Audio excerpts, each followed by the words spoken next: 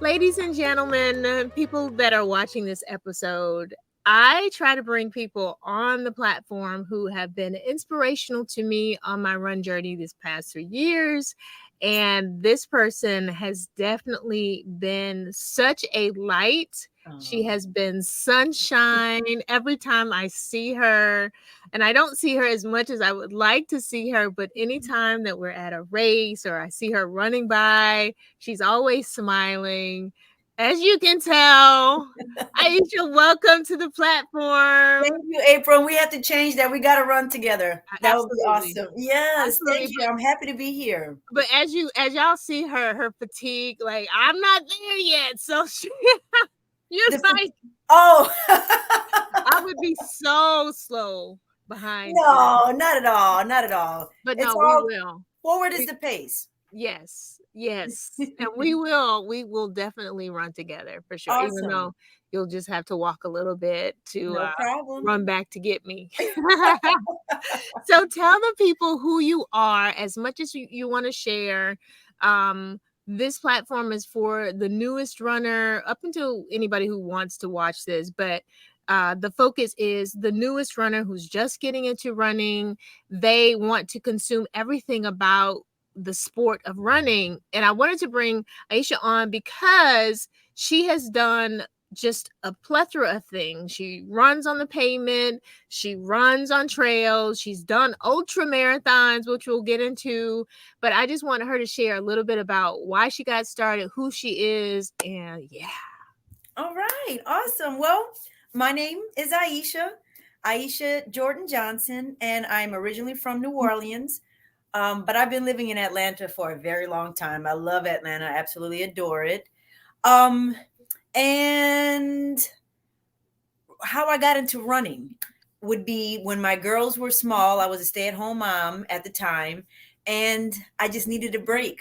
I just needed a break. I needed to get out of the house. I didn't know what to do. It was just crazy. So I called my husband and I said, I need to get out. I need to do something. I'm gonna go for a run.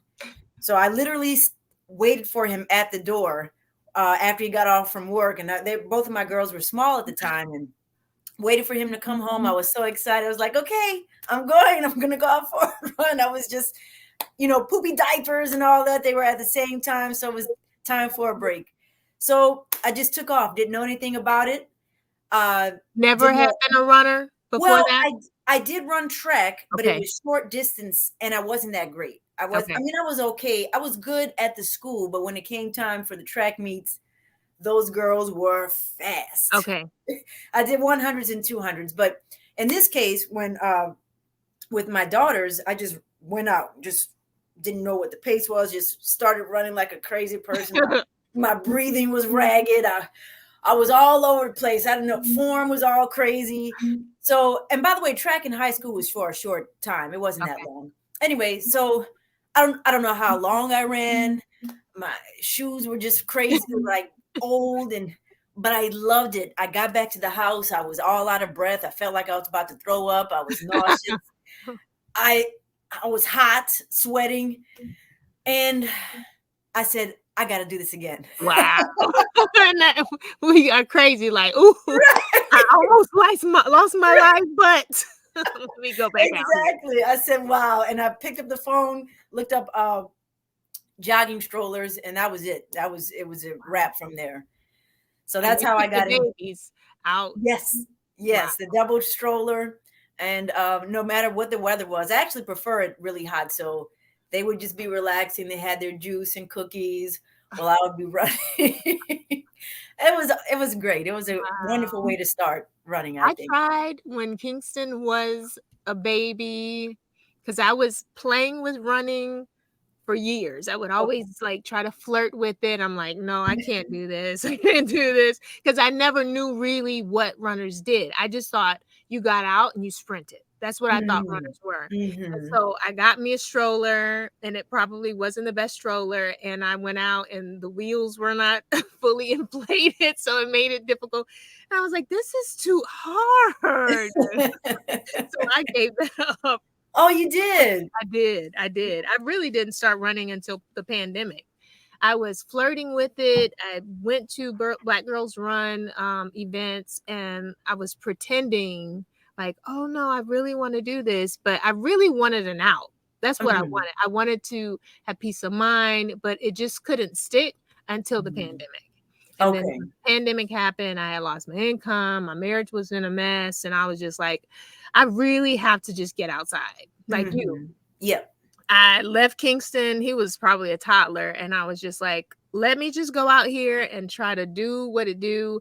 In 60 seconds, I was out of breath. Yeah.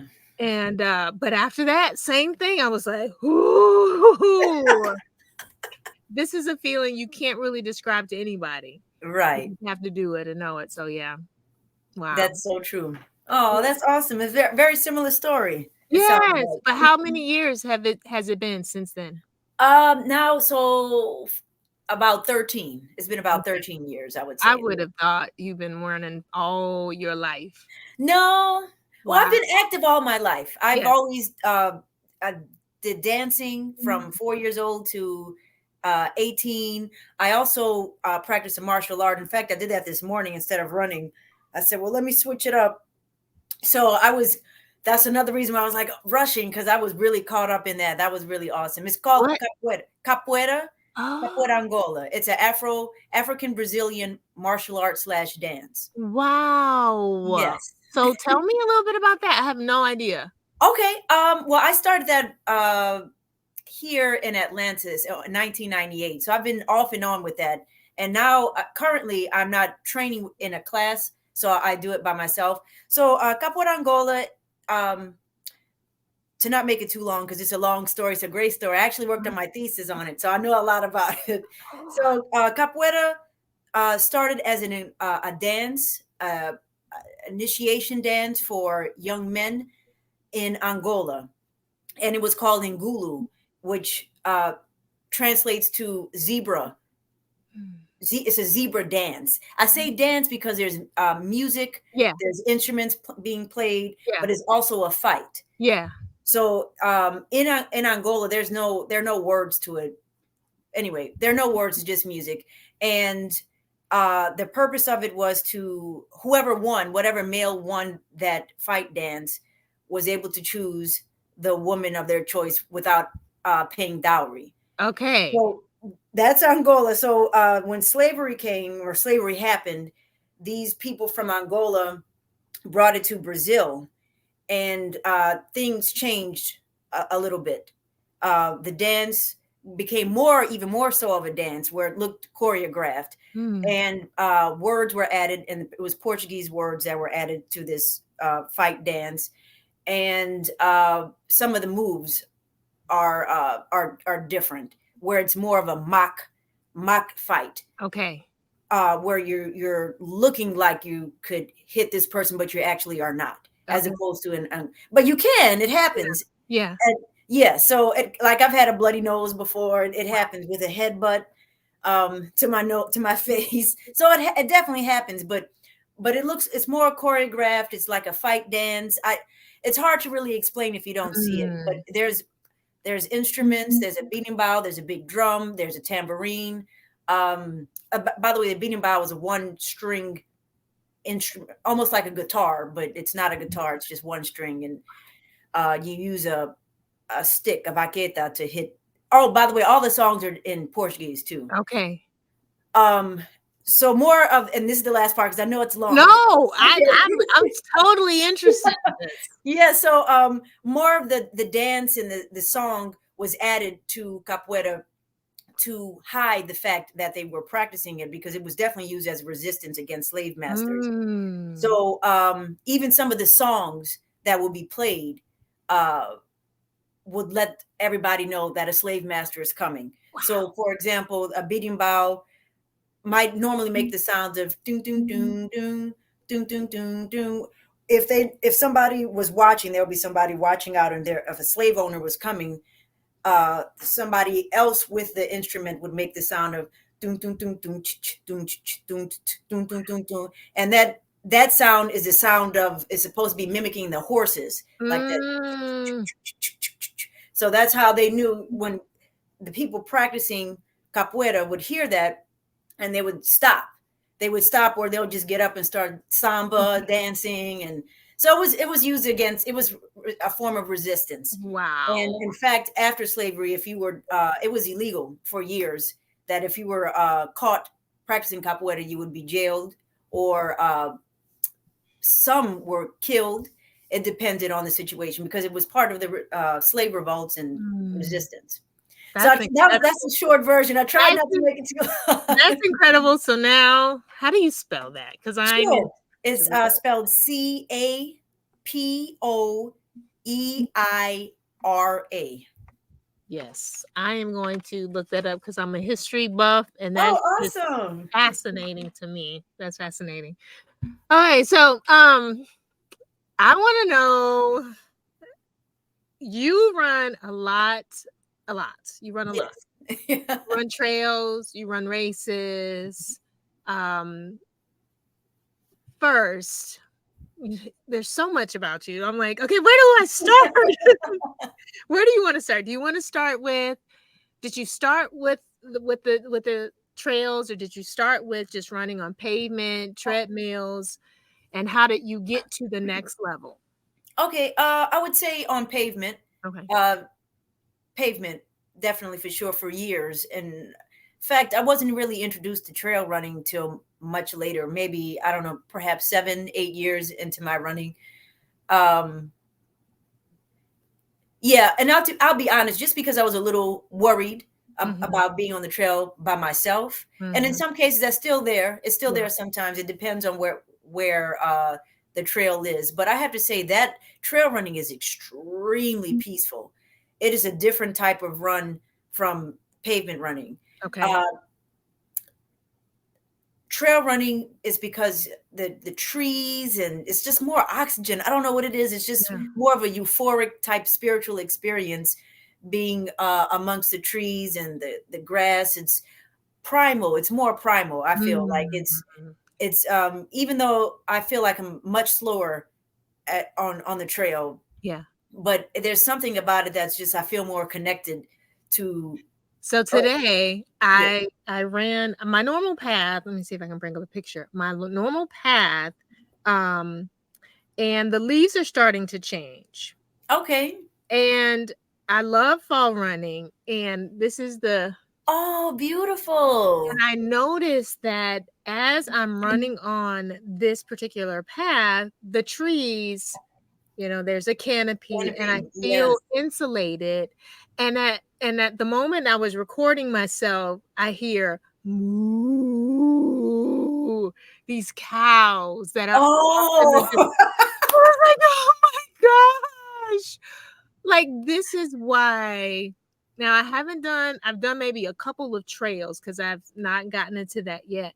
But just the sights and the sounds of nature, instead of just running like on a street, right? And there's cars and traffic, there's some, like you said, it's very primal, Yes. and I love it.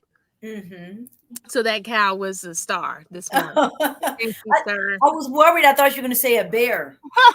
Well, I know with your trail running, I'm sure there are all kinds of things like that. Yeah, I've never seen a bear. I don't know. I think that might be my last time if I were to, especially if it was close. Oh my gosh. I know some people get super excited about seeing animals and bears, but it concerns me. Yeah. It's concerning. So you mentioned that it is slower. You're a slower Yes, runner on the trail, and I would assume that's because you've got obstacles and things that you have to watch out for. right. Uh, What is that? yeah, so there's something called technical and non-technical routes.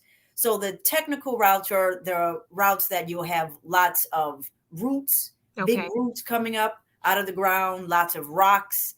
Uh, I want to say not boulders, rocks, roots, and I guess that's really it. Just Mhm. very technical. Mhm.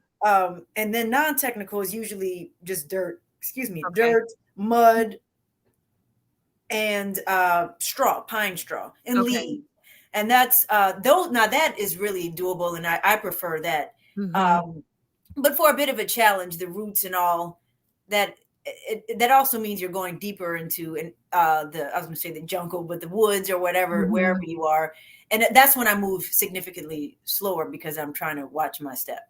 Do you Are you as concerned about pace when you run trails? Because I know for new runners, pace is such a taboo topic because everybody wants to run fast. No, yeah, and I always tell people all the time, run your own pace. In fact, I say, especially when starting, go slow, Mm. walk. In fact, I use the words walk first, walk, and when you feel that more energy, more of Yeah. a, just where you want to move a little faster, just start maybe even swinging your arms, still walking, Okay. Okay.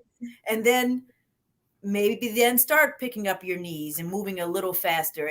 There's no reason to go out there and start running super fast ever. In my opinion, it should all be done by feel, I think. It's Um, such a there's such a stigma for slow runners, and I know it's the system, right? It's the system of what we see on social media. People mhm. think that this is the perception of what a runner is supposed to look like, and there's so many different varieties, especially Right. you mentioning the trail run.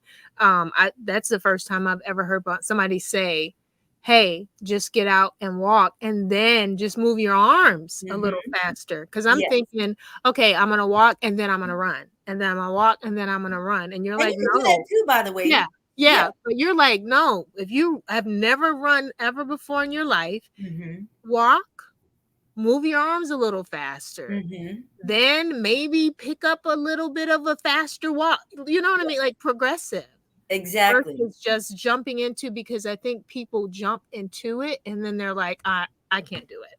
Right. That's very well said, and it's unfortunate, or injury. That's what I always worry, that people will go out and feel like they have to run this crazy pace and Yeah. will injure themselves. Well, and I always say also, add mileage slowly or time. I'm going to add extra 5 minutes today or extra 10 minutes. If you go out way too hard, but I felt good, so that's why I did 3 miles. Oh no, your body's not going to like that later. I'm telling you, it's a bad idea. And sure enough, I'll have people reach out. Oh, I have now a little something. Just my knee is not feeling well, and I'm like, yeah, because your body wasn't ready. Your Yeah, body wasn't ready for it yet. You have to be yeah. patient. Be patient. And actually, trails that's a perfect time to be patient. Where you, it's not a good idea to start like on a technical route to go out too hard and too fast. Mhm. Another thing that I like to joke and say, with technical routes, I look like a baby deer because my legs, baby deer that's just born. I'll go over the rocks slowly, and I take my time. I don't care what I Yeah. look like. If somebody needs to pass me, I'll just move out of the way. Y'all Yeah. can pass. I'm moving a bit slower, and that's Yeah. okay. Don't Yeah. feel a certain, like you said, that it has to have a certain look. Why do you run trails? Definitely, because when I do it, it is to get that moment of peace, of that extra. Mhm. That's the best way to describe Yes. it. The breath. Yes. It's I the know peace. exactly what you mean. Yes, Yeah. yes. To be closer to God, Mhm. be Mhm. out there and just be closer to earth, and Yeah. it's far more peaceful. I tend not to even listen to music when Yeah. I'm in a trail, or if I do, it's low. It's Yeah. low, Yeah. and that's also to, just in case there are animals, so they can hear my music a little bit and scurry away and be afraid. You strike me though as a person who's like, "Hey, little baby doe," Really? but you're like, "No, I don't really want to see you guys." No, no, that's very true. Maybe later, I might take the phone out and take a quick picture and then keep moving. Now you've Well, seen snakes, I'm sure. oh yeah, I've seen snakes. In fact, the last race that I did, there were snakes all over. In the beginning, I was doing the, okay, I just want to see them real quick so I know where they are and keep it moving.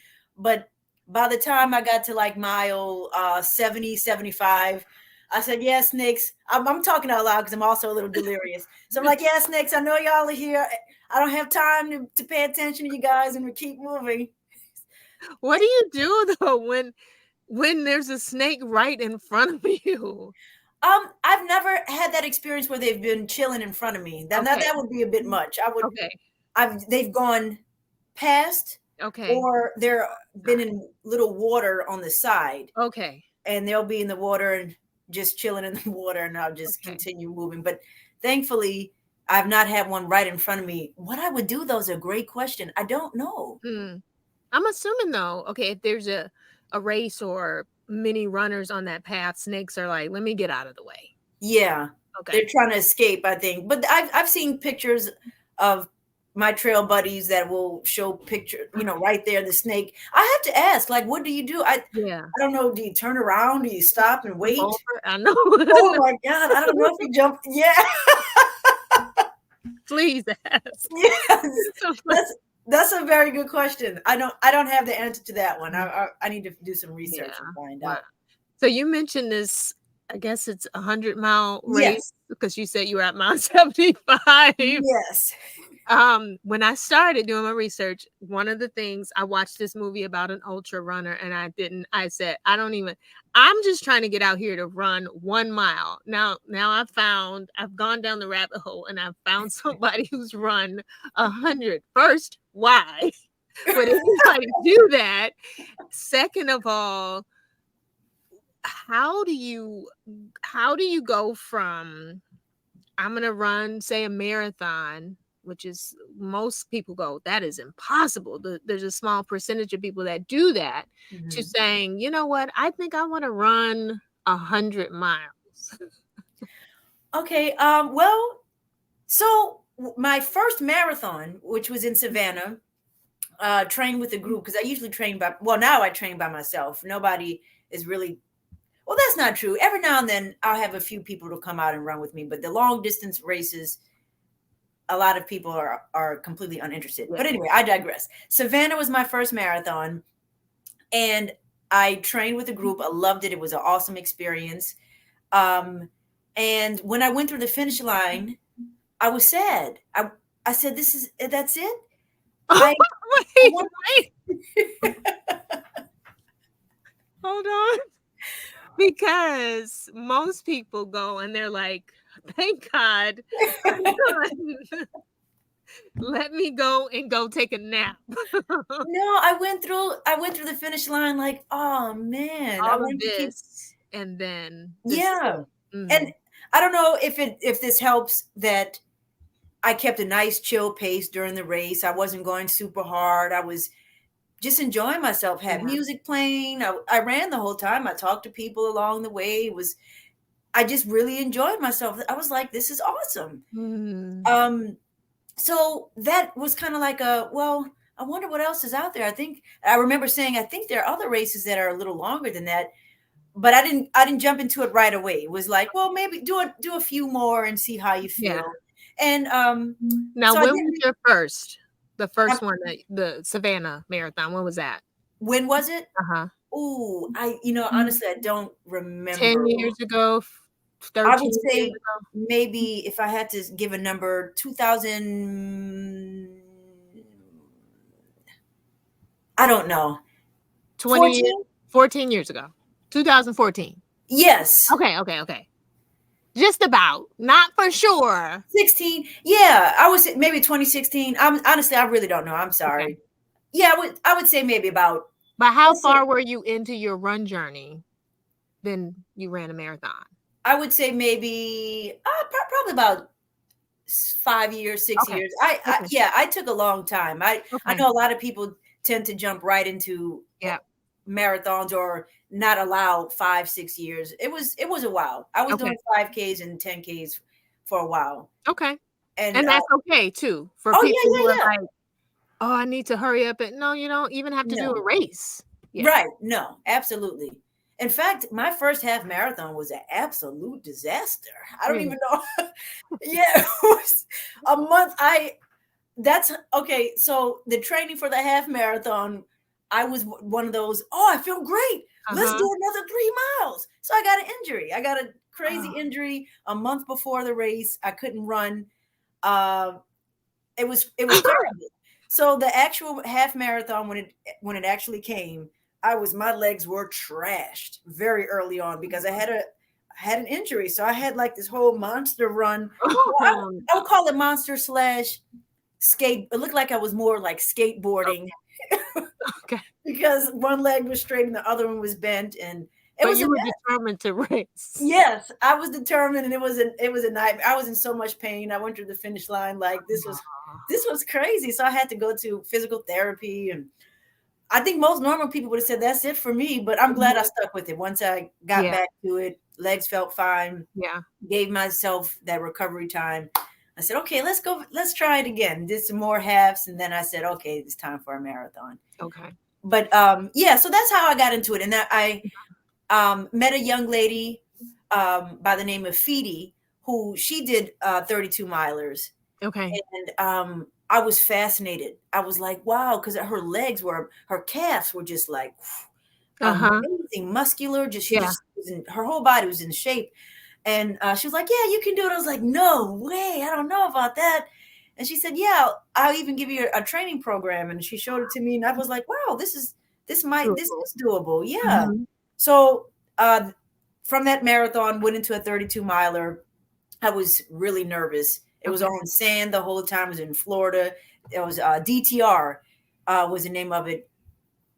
Was it in Jupiter? I can't remember if it was in Jupiter or not, but it was sand dunes. Mm, But amazing moment. Amazing mhm. when I went to that finish line. Oh my gosh, I was emotional. I was so happy. You weren't like, "Is this it?" N- You felt satisfied. yes, I Mm, was satisfied. I felt great. I mm. said it's definitely time to start thinking about 100 milers. I didn't even do a 50 miler. After the 32 miler, I went straight to a 62 miler, Oh. 100K. And that was a great experience as well. How do you find how do you find these right because you say like there's not a lot of people who train for longer distances. So how do you find the circle of people and the races to participate in these longer miles? Well, okay, so to answer your question about the races, so Mhm. you literally can go to Google and type in ultra marathon because that's what ultra marathons are 32 miles, 32-mile races and up. Okay. So you can just type in ultra marathon races and a whole bunch of stuff will come up. Okay. Or you can go to Ultra Magazine and they have a little section that has races and you can click on that. And I like that it's visually appealing. And you can break it down to if you want to look for somewhere in the south, Okay. north, blah blah blah. And then of course the biggest one is ultra sign up. That's the Okay. one that most races, ultra races are. They have trail races there too, and they have 5Ks and 10Ks, but it's mostly meant for the big long distance races. Okay. Wow. And what was the other question? I'm sorry. I don't remember. Okay, sorry. Oh, No. the people. Oh yes. Yes. So now that's been very difficult. Hmm. But what ends up happening is that I'll meet people, other runners at the races. Now, all of them are not from The Georgia. area. I'm running all over the place, different, throughout. Like, for example, I'll give an example, like Selma to Mhm. Montgomery. Okay. I did the 51 miler. It was a very, very few of us. In fact, if I have to guess, I think there was 8 of us. I don't Mm. know, that did the entire 51 miles by ourselves. And that's when I was able to meet some other runners, some other 51-mile runners from all over. And then that's when you kind of meet others and you Connect. yeah. And so Hmm. like for example, I met a guy, his name is Dwayne Scott. Shout out to Dwayne. He finished his first 100 miler. Yes, this past weekend as well, and got to meet him. And well, not at the Florida race, at the Selma race. Okay. And so we were able to get a few miles in as well with his training because I didn't train properly for and I don't suggest that. I didn't Okay. train properly for this 100 miler, but he Okay. did. He did an awesome job. And that's just the only way that I have had experience. Now Mhm. I'm sure there are groups. In fact, I know Yeah. there are groups that train those long distance races. Yeah. Um, but my schedule is kind of hard Yeah. uh, to make It's that a hard thing. to schedule even regular like marathon training because especially when people live far south or Exactly. north. I'm in Covington and folks live way south. I'm like, is it worth the drive an hour for me to probably not for 10 miles. Maybe Right. I'll do 18, 20, but yeah, I get it. Right. What about this weekend, the race? So tell us about the specific race, how you train for it, what is it like, all of that jazz. Okay, so I didn't train for well, that's not true. This is what I'll say. Normally, I would train properly where each weekend the miles rev up. I'll Mhm. even go as some depending on the race. I'll even go sometimes as high as 100K or 50 miles in training on one particular Saturday going up to the race. Okay. This time I didn't. Okay.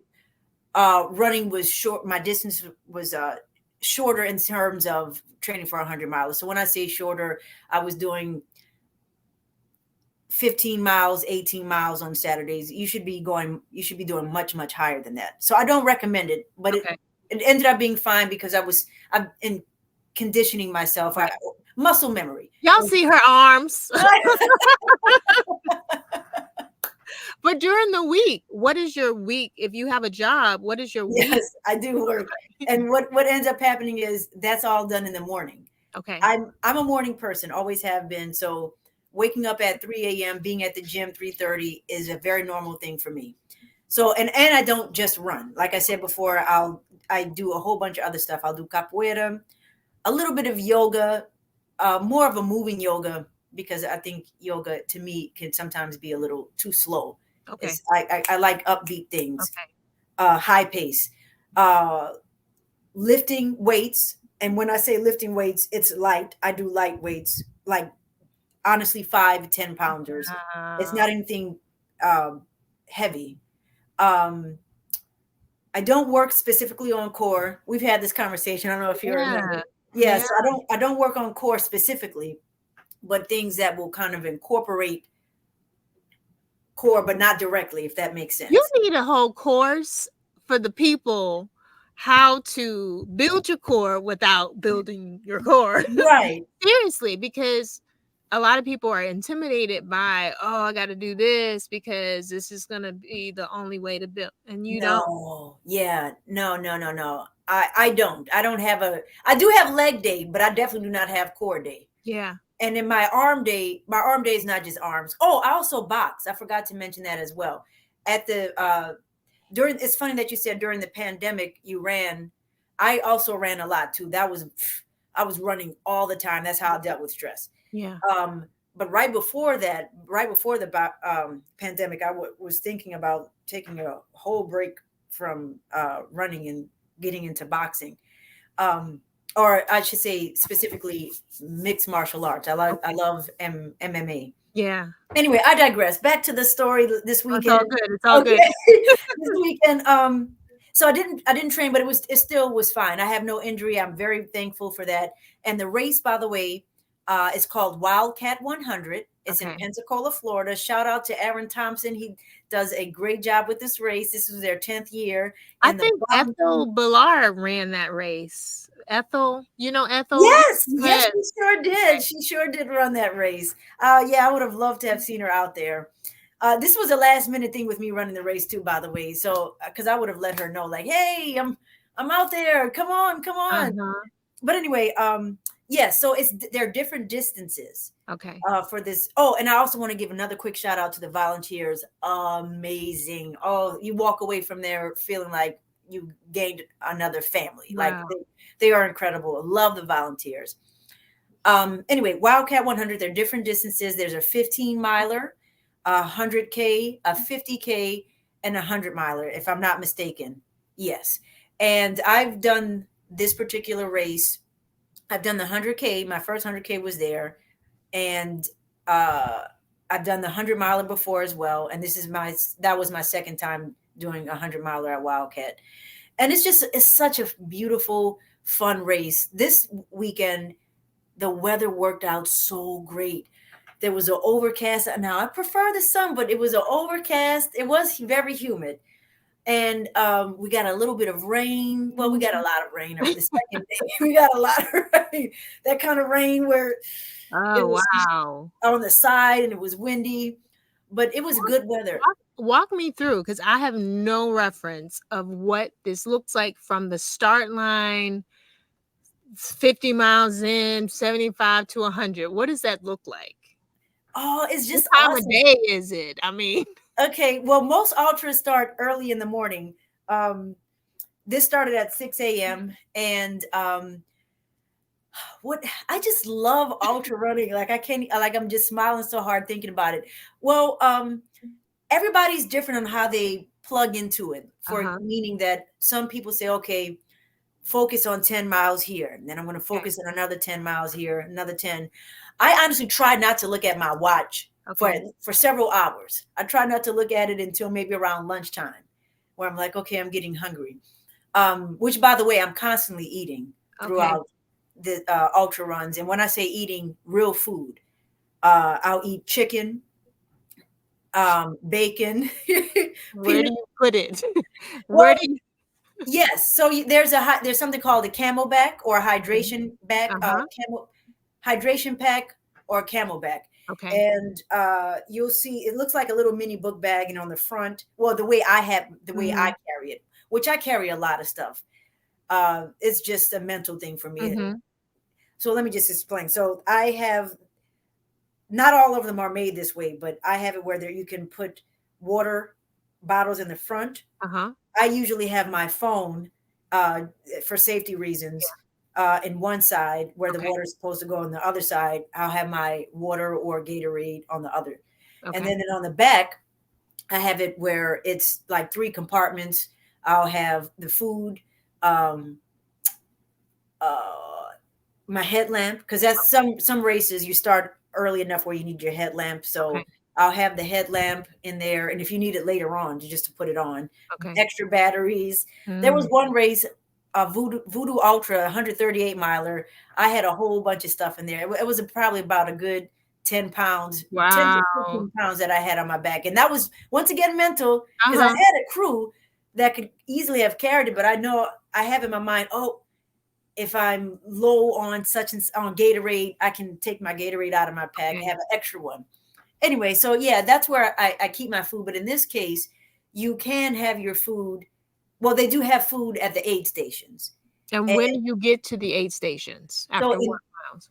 okay, so in this particular race, Wildcat, which makes it part of the reason why it makes it such a great race is it's a looped race. Oh, okay. So this was not point to point like Voodoo Ultra, which was from Baton Rouge to New Orleans. Okay. Wildcat, you just go in circles. Some people like, oh my God, that sounds terrible. It actually Mhm. makes it so much fun because there's a little bit of a mental part where you're with somebody. Because Yeah. point to point, you can get lonely out there. Now you can still Um, get lonely in these circles because yeah. people drop out, people Okay. space out. Drop out meaning that they say that's enough for me. I'm not Okay. doing this race anymore. So you no longer, the crowd gets smaller because you're the 100-mile people. There's not a lot of us out there. Mhm. So the Hmm. circles are good. So they have the aid stations. You can even put up something for yourself, like a little table. I Okay. had a table and a chair with my what I brought extra chicken. That's where the chicken came from. But the aid station has peanut butter and jelly. They're so awesome. Wildcat, they even made whatever you wanted Oh, if you wow. requested it. Like, hey, can I have some eggs? Too, and they're like, oh, sure. On Wow. the next loop, which by the way, the loop in this particular case is a 2.4-mile loop. Okay. So it's a party. It's a party. You're out So there it's with, not like you're running for 10 miles and you're like, "Oh, let me hurry up and get to the aid station because 'cause I've been running for a long time." well, yeah, some races they do have that. Okay. Some races they absolutely have it where even 10-mile loops, 20-mile loops. There are some that are 50-mile loops. You just go around twice, and then you have out and back. You do the Mhm. 50 out, and then you come back 50, and of course the point to point where you're running literally from point to point, but Mm. that's when you normally have a crew. In this particular race you don't need, it's not Okay. necessary to have a crew. Okay. Okay. Wow. And I don't remember what else did you ask. I'm sorry. The So, like, at mile so Not every 2 miles that they're there. 2.4 miles there, you're circling back. You even, it's really cool because you get to see how many loops. It was 40 loops. So Oh, some people, yes, 40 loops. It's actually not that bad. okay. It sounds like, oh, that sounds crazy. I like it. It depends on what you're going for. Yeah. And you don't, like I said, you don't feel as lonely, and you have food, because that hydration pack you don't even really need when you have it Mm. like that. So you run for how long, and then you can choose not to stop. Right. And I don't suggest you stopping. Okay. Stopping, you get tired, you get too uncomfortable. I don't want to use the word tired because you're already tired. But Okay. if you sit down too long, it's definitely a, okay, I think I'm done. And you Uh, can drop out or opt for, in this particular race, you can just drop down to a lower distance. okay. Some races just a complete, it's called DNF, did not finish, and you don't get a medal, and you're done. Yeah. Wow. Which can also be a bit of a situation depending on your mindset. Sometimes some people, I've heard them say, those loop races are even harder because you're passing that chair, it's like, Mhm. well, I'm exhausted, you're Yeah. passing your car. Yeah. Where you say, okay, I'm done, Oh, as opposed to you got to finishing. keep moving. Yeah. Yeah. So at 6 a.m. you get out there. Are there people at the start like woo at Wildcat? Yes. Yeah. Well, it's not a crowd like a Boston marathon Okay. kind of crowd. Okay. It's not a New York marathon crowd. It's usually family, Okay. family that's out there, and it's far more of a quieter event Yeah. because you're out there for a couple of Long days. You're out there for a long time. They have cutoff times for these races, by the way. If you don't time. reach it at a certain time, even aid stations, if you don't reach the different aid stations at a certain time, they pull you from the race. Oh, wow. So in this particular race, it was very lenient. You get 40 hours or 39, which is a very good time. Okay. But we didn't stay out. They didn't have to stay out there that long because I think the last person finished in 35 hours. I'm not too sure. I really honestly don't. So that is over 24 hours, which means people are not sleeping or they are sleeping, or Some. how does that work? Sure, yeah, it depends on your athleticism, I believe. For Okay. example, there was a guy out there, shout out to Val. He was able to sleep for an hour, Oh, uh, and then go back out and finish in some great, wow. amazing time. I In this particular race, I probably slept maybe 15 minutes, 15 to 20 minutes. And that was broken up, or was it like one 15-minute nap? All I did it once. Okay. I tried. I did stop and I tried to lay down, but my body was like, Mm-mm. "You're wired. Get up, get up, get up. You're gonna Okay. get too tired. I mean, too cold. Your body's Yeah. gonna get too cold." So I was just like, "Okay, let me get up." I really did try, but it didn't work. So yeah, I would say I did. I set my alarm. It was probably a good 15 minutes that I slept and went back out. And What I think mile was that? Was that? that was maybe around mile, I would say maybe 70, mile 70 or so. In fact, I had to, I know this is going to sound like I'm bragging. I don't mean to sound like that, but my body did actually very well, and my energy was high. My energy Mm. was very good for a very long time. It wasn't until the last marathon, right underneath the marathon, I would say the last 22 miles or so, my body said, shut it down. Everything was hurting. My back, I pulled a muscle in my back. My It hurt to even lift up my legs too high. Mm. Hip flexors were tight. Everything was tight. Legs were messed up. Trash. My feet felt like they were both 20 pounds. But and of course sleep deprivation. So Yeah. that's when the hallucinating began. Yeah. So in fact, the first 100 mile that I did, the hallucinating was outrageous. Okay, please tell us about it, because I watched something. I'm serious. I watched something today, and it was a tragedy with the Asian. It was an Asian ultra. I don't know if it was years ago or recent, but 21. ultra marathons passed away because the authorities didn't really check the weather. They went out in shorts, and then there was a storm, and it was they hypothermia. All of this stuff happened, and what were we talking about? You said Hallucinating. hallucinating, Yeah. and the narrator was saying that once your body temperature gets to a certain level, or once you start if you don't have sleep, like, you can start hallucinating, Yeah. and it's impossible for a rescue. So I'm curious, like, you're still not hypothermic. I mean, you're like good on that part, but the hallucinations from sleep deprivation, what the heck does that look like? Ooh, so for everybody is different. I Uh-huh. want to say that. And what it's like your mind is shutting down. It's saying we are very tired now. We need to stop and sleep, but your body's still moving. So it's almost like they're blackout moments. I hate to Uh-huh. use that, but it's Yeah, just yeah, like yeah. to the point where it's like, woo, I don't remember how I got Uh-huh. over here because I think I was sleepwalking or sleep Yeah. running or whatever. Um, so that happens, and then you're there. You're like your brain is shutting down, so it's now plugging in things that are not there uh, because it had your mind is now having this fuzzy. I don't know what's really going on around me kind of look, Mhm. um, which can be very scary. Yes. Um, so I'll give an example. With this particular race, when I embraced it, this was a few hours into the hallucinating when I just finally just embraced it. I said, I'm almost done. I would look at the trees. I was literally like, oh, wow, look at that. Ooh, where because it wasn't looking like regular trees. I even took pictures.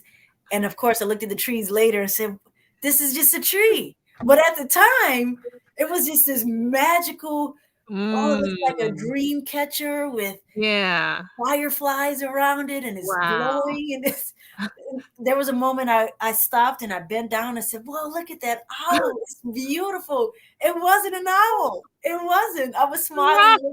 Yeah. And I said, "That's not an owl. That's a Wow. log. It's just a log." But so Wow. that's when I embraced it. That's when I was kind of Yeah. like just embrace it. But before that moment, it is very scary because it could be something as scary looking as you think you see a person. Like there was Mhm. a moment where I thought I saw a woman with a head wrap on doing this, just staring at. Yeah. Yep, that would have done it. I was like, "I Yes, don't think I can go any further." right. And she was very still just doing this.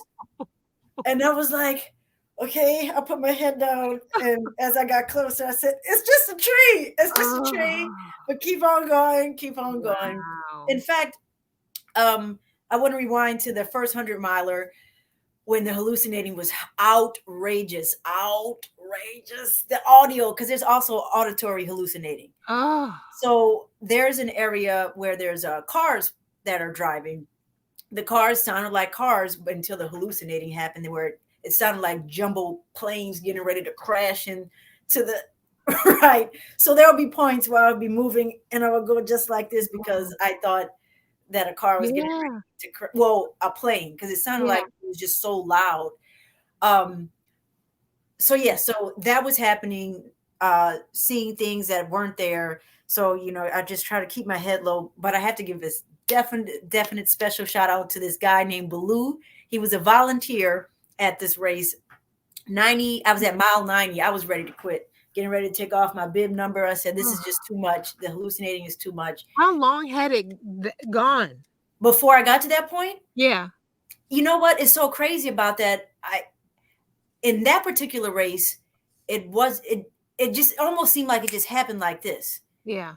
where it But it was was just like so everything was intense. You were just like, "This, no way." right, as opposed to this race where when the hallucinating happened, it was more of a uh, slower process. And maybe it's Mhm. because now I'm used to it and I know Now what it you, is yeah, at yeah, this yeah. And you're like, "I'm not gonna fight it. I'm just gonna embrace it." embrace it. Right, exactly. Keep my head low. Don't look to see somebody. Just Don't be keep looking for crazy women. don't look for the is that a wildcat? Is that what is that? And just keep on going. No, Baloo. special shout out to Baloo because he did the last 10 miles with me. If Oh, he didn't do those 10 miles with me, I would have.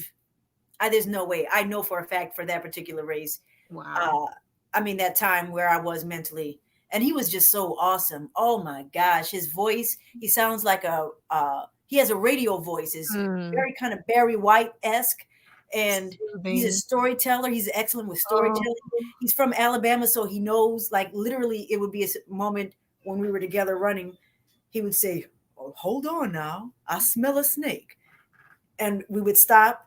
And sure enough, a snake would go across to the other side. He wow. said, "There's that little bugger," and we'll keep on going. Wow. Yeah, so he knew, he knew the smells and he just told stories. It was awesome. Oh, big shout out to Baloo. And he was there this year. Yes, yes. The whole crew, everybody.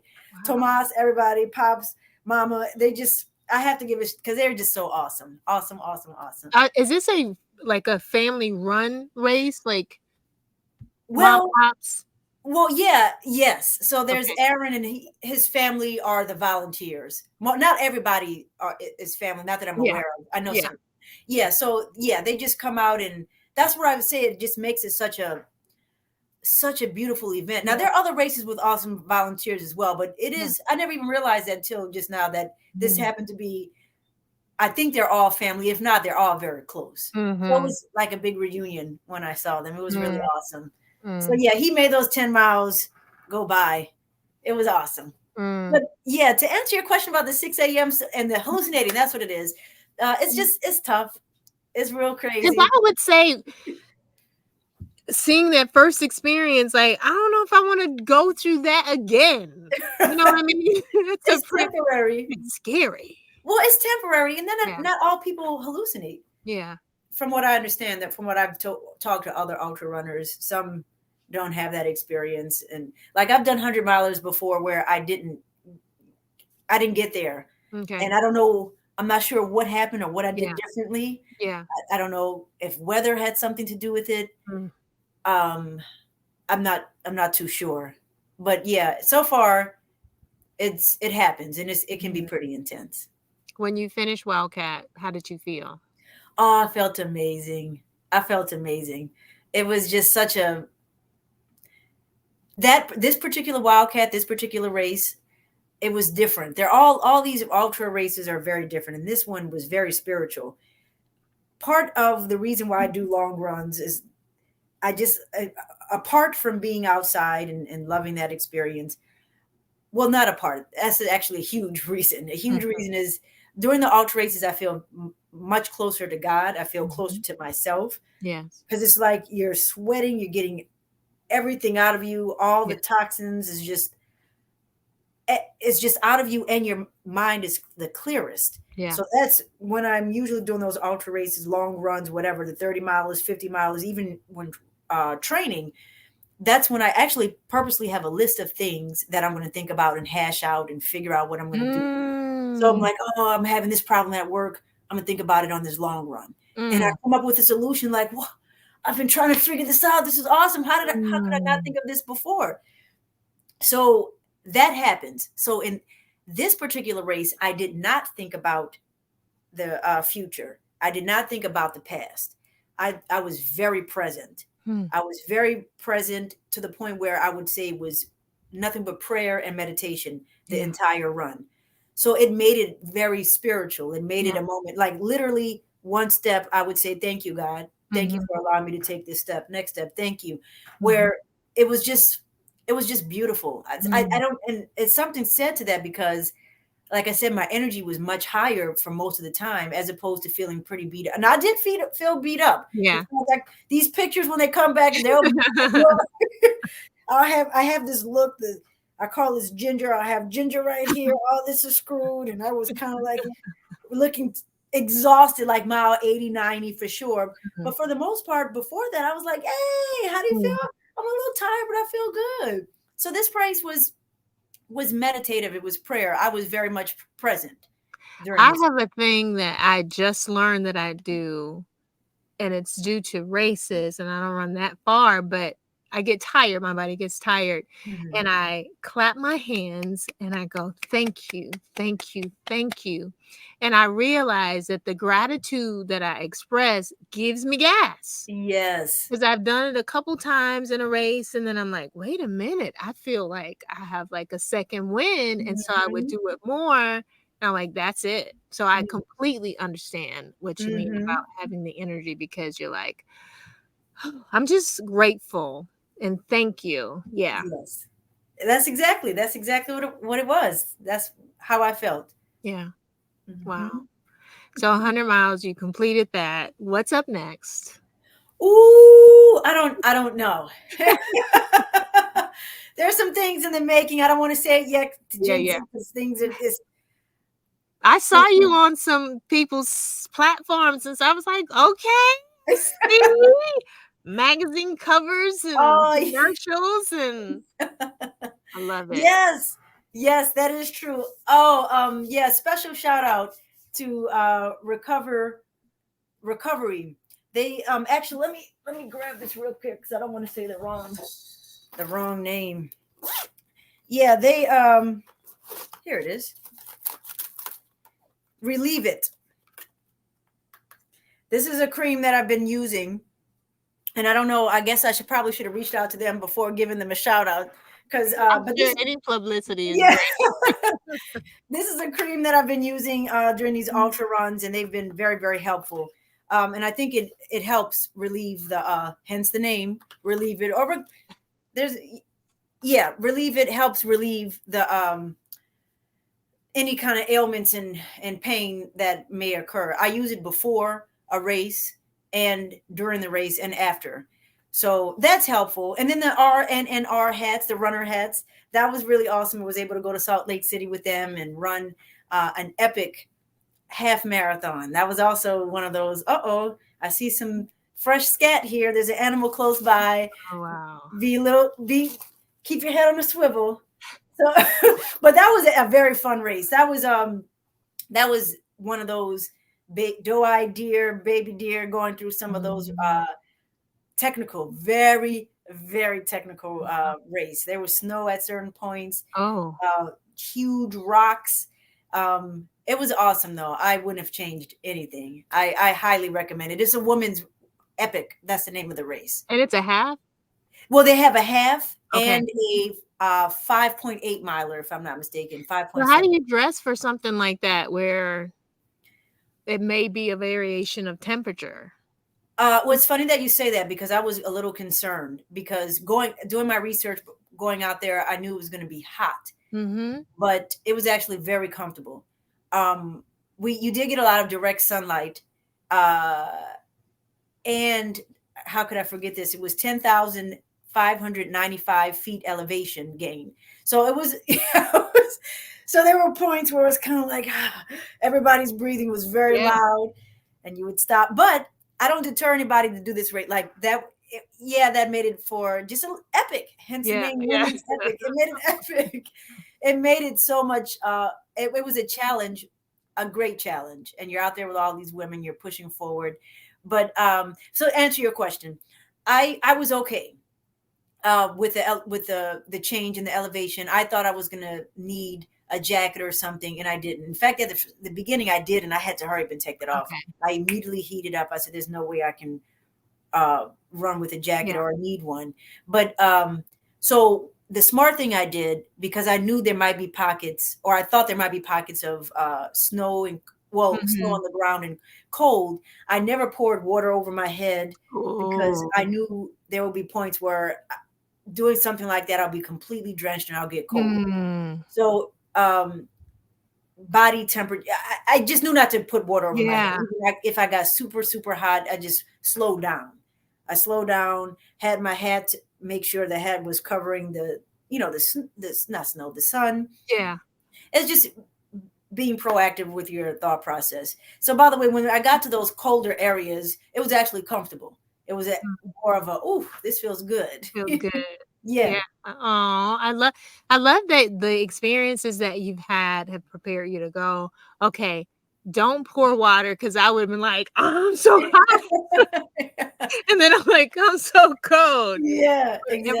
everything from that people say you don't start from zero, you start from experience. So every Right. experience helps you to know, okay, no, this is probably not a good thing. Like I had when I had my first 10K, I had a ultra backpack on. There's nothing wrong with that. That's okay if that's what you They like. teased me so bad. They were like, Oh, "Why?" I had headphones, just in case one died, peanut butter jelly in the back.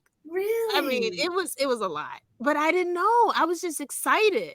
This and I think that's okay.